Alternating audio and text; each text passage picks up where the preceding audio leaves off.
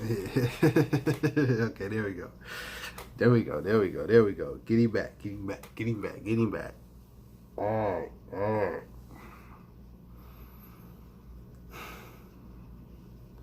Peace, peace, peace, peace. I know.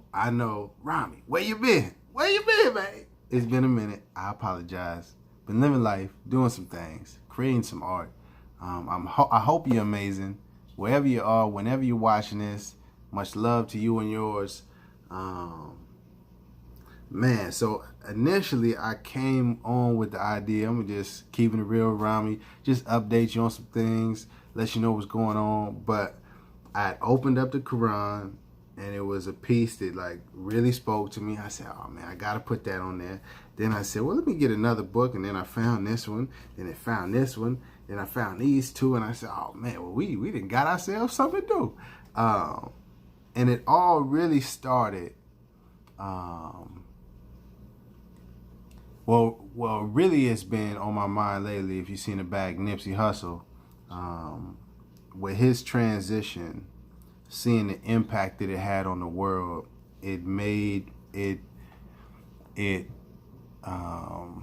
confirmed, reconfirmed, reaffirmed my understanding of how important our Moorish culture is, which is hip hop. To the world, and the fact that this brother was able to impact the world in such a way that it caused peace within our communities in a way that's never been seen before. He had a letter written from President Barack Obama, gang member, Nipsey, amazing, And with that, it just made me, more aware of how important, we need to hold our culture and responsible. We need to hold ourselves responsible for our culture. And so with that, I was having a conversation with this young lady yesterday about Meg Thee Stallion. And, my position was just that I feel it's unfortunate, or that I said it was sad that it seems in the U.S. that when, black women are selling sex in rap, they get all, it's lit. They get all the attention, they get the success, the financial success, the opportunities.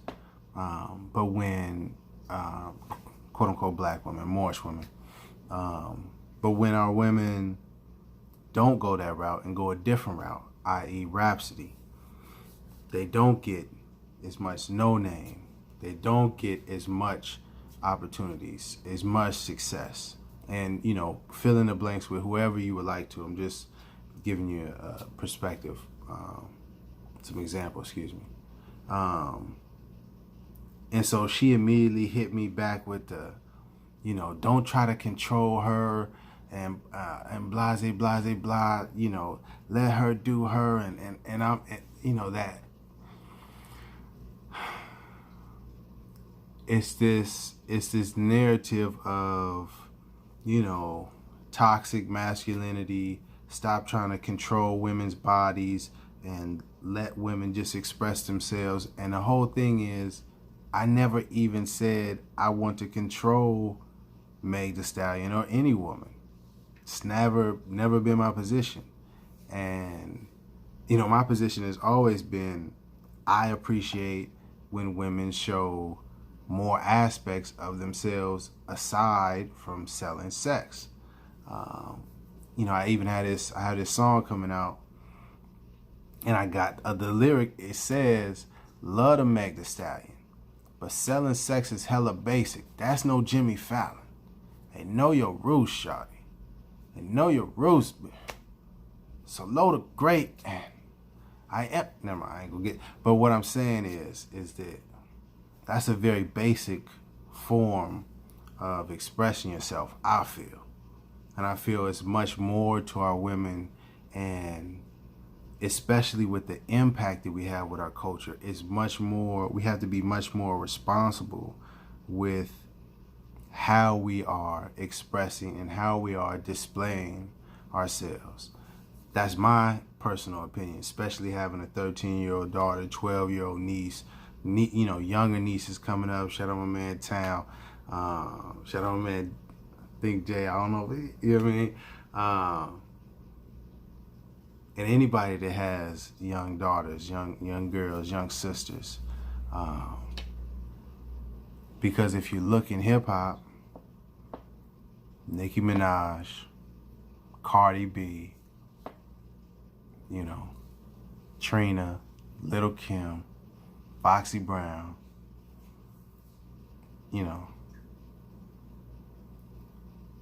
I feel that we need to highlight the Rhapsodies much more. Is my point. And on that, now let me transition. Why am I holding that perspective? Let's open it up. Oh, we got to get to it. Holy instruction and warnings for all young men. Chapter 20. Beware, young men. Beware of all the allurements of wantonness, and let not the harlot tempt thee to excess in her delights. The madness of desire shall defeat its own pursuits. From the blindness of its rage, thou shalt rush upon destruction. Therefore give not up thy heart to her sweet enticements, neither suffer thy soul to be enslaved by her enchanting delusions. Oh my goodness, he has some bars. Here we go. This the line is really important. But when virtue and modesty enlighten her charms, the luster of a beautiful woman is brighter than the stars of heaven, and the influence of her power it is in vain to resist. When virtue and modesty enlighten her charms.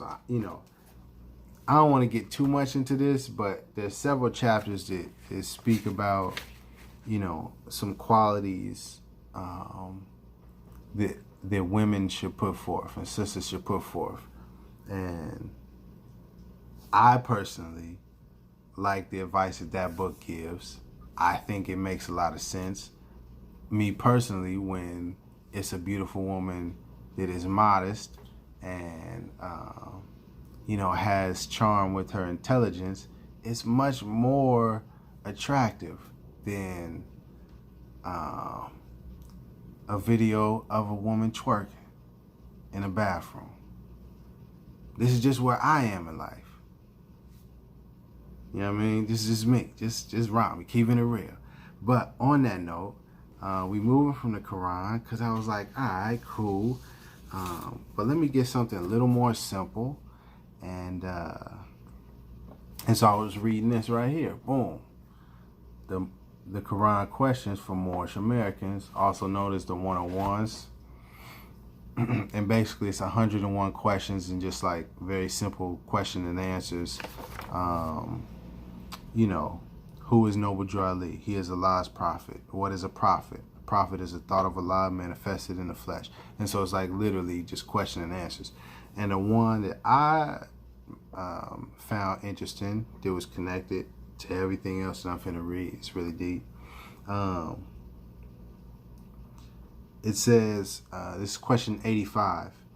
Name some of the marks that were put upon the Moors of the Northwest by the European nations in 1774. Negro, black, colored, and Ethiopia. And I said, oh man, that's interesting. You know what I mean? Because lately, maybe in the past 3 months, I've been asked a couple of times, am I Ethiopian? You know what I mean? And and I was like, I wonder why people ask me that. You know what I mean? I wonder, what is it about Ethiopia? And then I read this, I said, that's interesting. And so boom, I said, let me get some other books. And so I came across this, which I thought was interesting because it was just his birthday not too long ago. El Hajj Malik El Shabazz, also known as Malcolm X. Before I get to the book, I want to show you This one is the autobiography as told by Alex Haley, but we got to put an asterisk next to it. If you don't know, Alex Haley plagiarized. He was found that he plagiarized the whole story of Roots. Go look it up. Don't believe me. Do the research. You'll find out that he plagiarized the Roots from this European author named Harold Corlander. Yeah. We own him today. Boom. Harold Corlander right there. This is another one of his books. It is called A Treasury of Afro-American Folklore. The oral literature, traditions, recollections, legends, tales, songs, religious beliefs, customs, sayings, and humor of peoples of African descent in the Americas. Whew. Harold Corlander. One time for the European brother. But anyways, Alex Haley plagiarized from this brother to create Roots. So you got to put an asterisk next to this book. You just got to be aware that some of the information may not be, you know what I mean? But on that note, I said it's important, rather, if you can, to go to the source. Well, I don't have the cover on this book anymore, but if I could flip it open for you so you can see what the cover used to look like. 37. Boom. This is the diary of Malcolm X, El-Hajj Malik El-Shabazz. Edited by Herb Boyd, B-O-Y-D, and Ilyasa Al-Shabazz, that's his daughter, I believe, if I'm not mistaken, with a foreword by Haki R. Madhubuti, with an afterword by James H. Cone. Third World Press, Chicago, Illinois. Oh, goodness gracious. But I flipped this book. I said, man, this would be good to read something in here. So I said, well, let me open it up and see what we had. I had some pages marked down, and I flipped open to this page 37, and I'm going to just read. Yeah, I'm going to read 37 and 39 real quick. Monday, May 4th, Egypt. We arrived back in Cairo late, and this is all, just so you don't know, these are all journal entries from El-Hajj Malik El-Shabazz himself. And the reason I say get this book is because this is from him himself, you know what I mean? So you don't got no added, you know what I mean, into it. You feel me? Let me get back to it. We stopped along the way once for gas and tea. The waiter didn't believe I was a Muslim from America. He was surprised when I understood. He told my companion that I was probably from Hibachi, Abyssinia. Abyssinia is the ancient name for Ethiopia. Oh my goodness. Ain't it funny how things line up sometimes? Oh my goodness.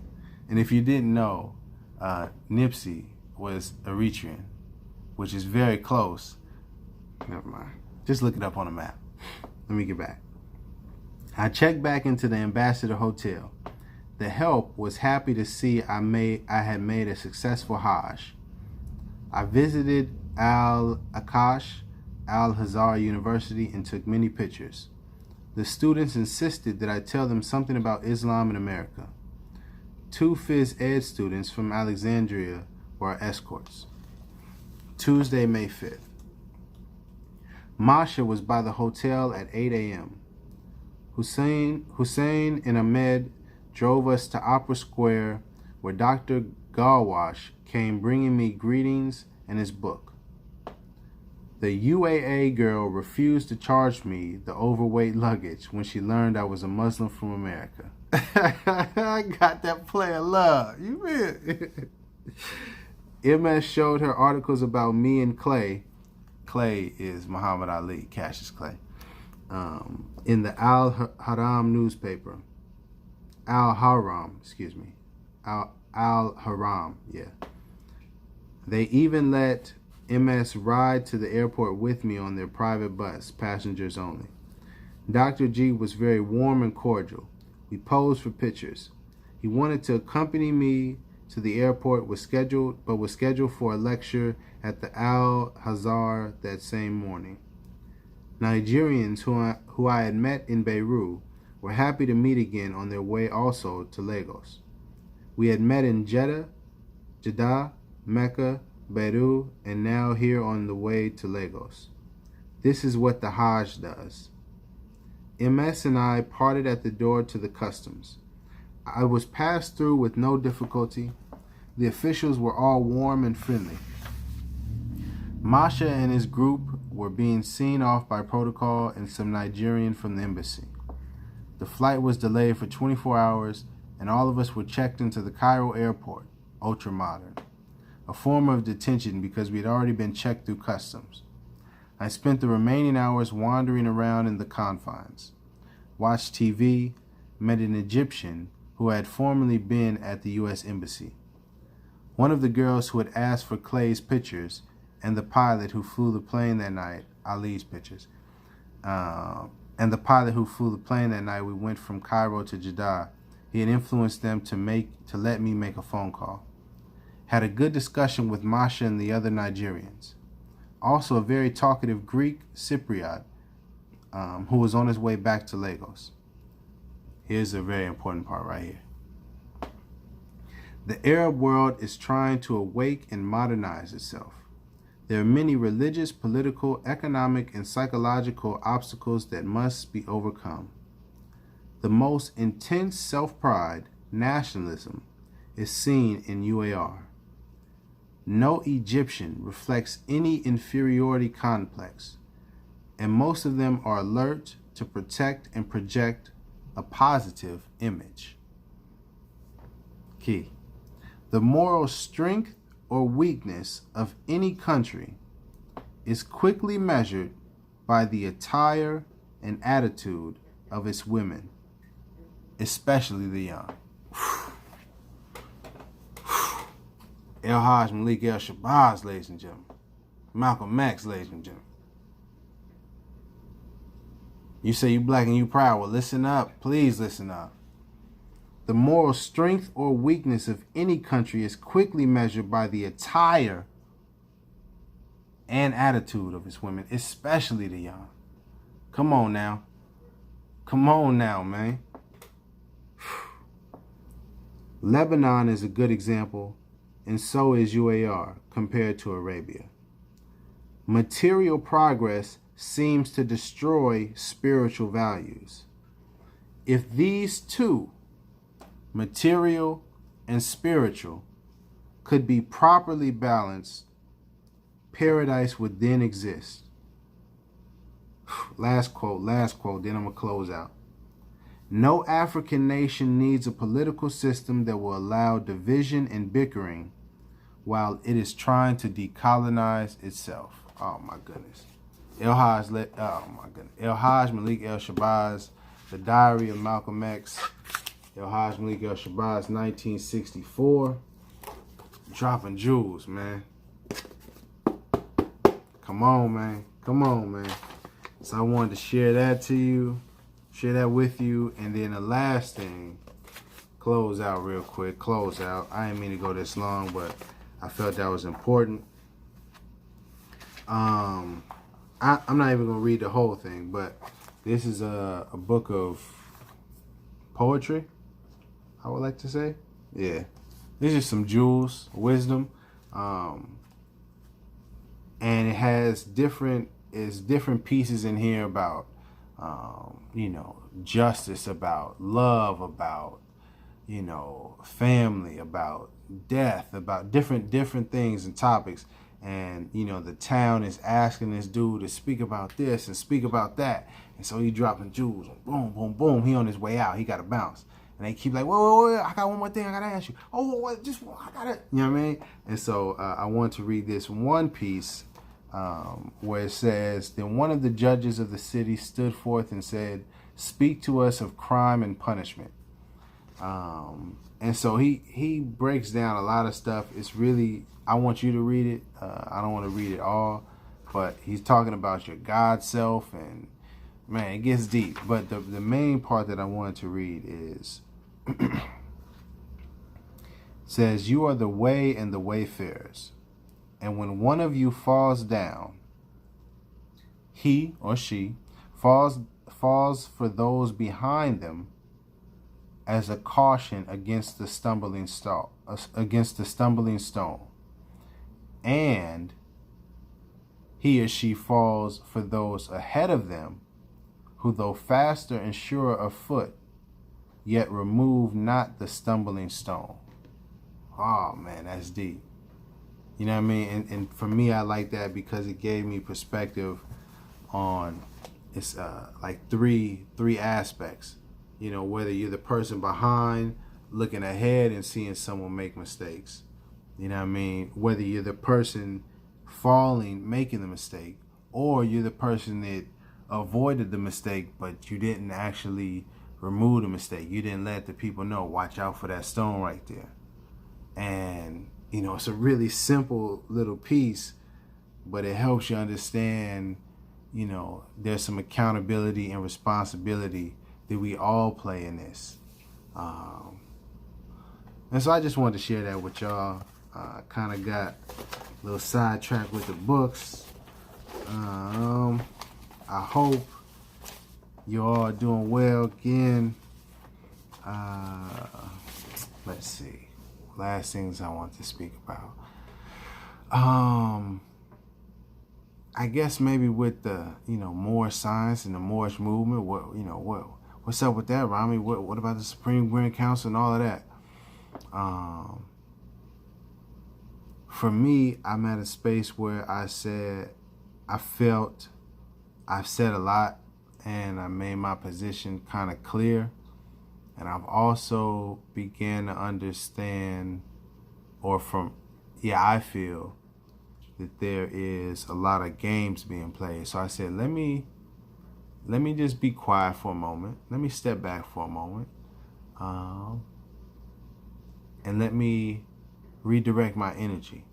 And so what I've been doing is creating some art, some music, and embedding more science within that. And so be on the lookout, because we got some things coming, possibly maybe in Japan soon, you know what I mean, sometime in August. So some interesting things are happening. But until next time, much love, keep shining. Love instead of hate. Love is the key. Love is the way. I think that's it. Peace. Oh, last thing. Tulsi Gabbard. Look her up. Presidential candidate. I think that is the person I'm going to be supporting. I think that's the person all Moorish Americans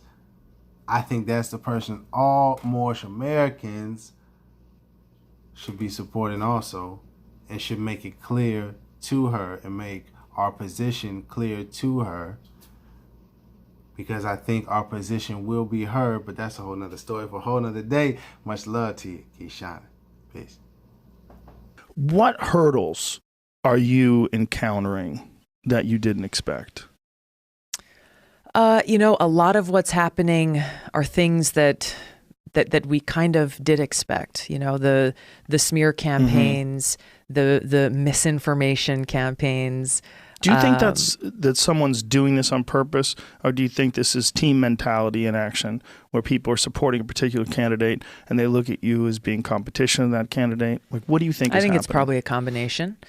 I'm challenging the establishment, challenging the status quo, challenging the foreign policy establishment, and challenging the political establishment in calling things as I see them, calling it straight, and speaking the truth, whether that be calling out leaders within my own party or leaders of the other political party.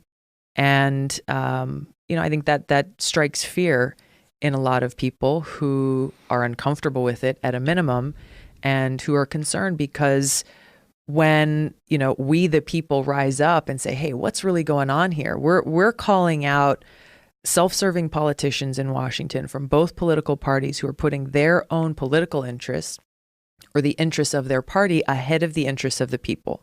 or they're putting the interests of, whatever greedy corporation and their lobbyist is writing the biggest checks to their campaigns ahead of the interests of the people. So the more this awareness comes out, the more people stand up and speak out and say, hey, this is unacceptable. This is unacceptable. Then it's threatening that very power base that they have thrived and lived off of for far too long. We should talk about how you're funded too, just so people understand your position. Yeah. So people-powered campaign. We take 100%. no PAC contributions, no lobbyist contributions. Every single dollar that comes to my campaign for president is coming from individual people across this country, whether it's $1 or $1,000, people who are giving whatever they can and joining this movement. There's a great joke. I think it's from Dennis Miller. I hope I'm not misquoting it, but he was talking about how politicians wear patches in their jackets like NASCAR drivers. Seriously. That is. like you should have to know. Seriously. Yeah, someone should have to know. Have those disclaimers there.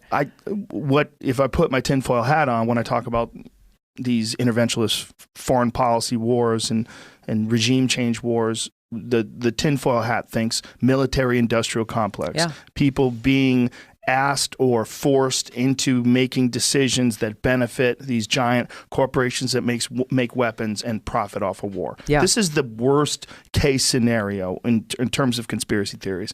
The idea that someone wants war so that they can make money and they don't care if people die, even needlessly.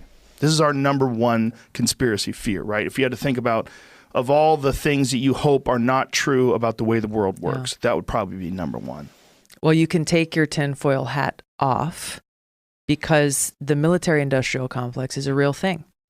This is something that President Eisenhower talked about. Which is an amazing speech. Amazing speech. His last speech as President of the United States, of all the things that he could talk about, he chose to focus on the military-industrial complex. Should we play that right now? It is. I feel like we should play that. Yes, just because absolutely. It's play so, that clip. It's so...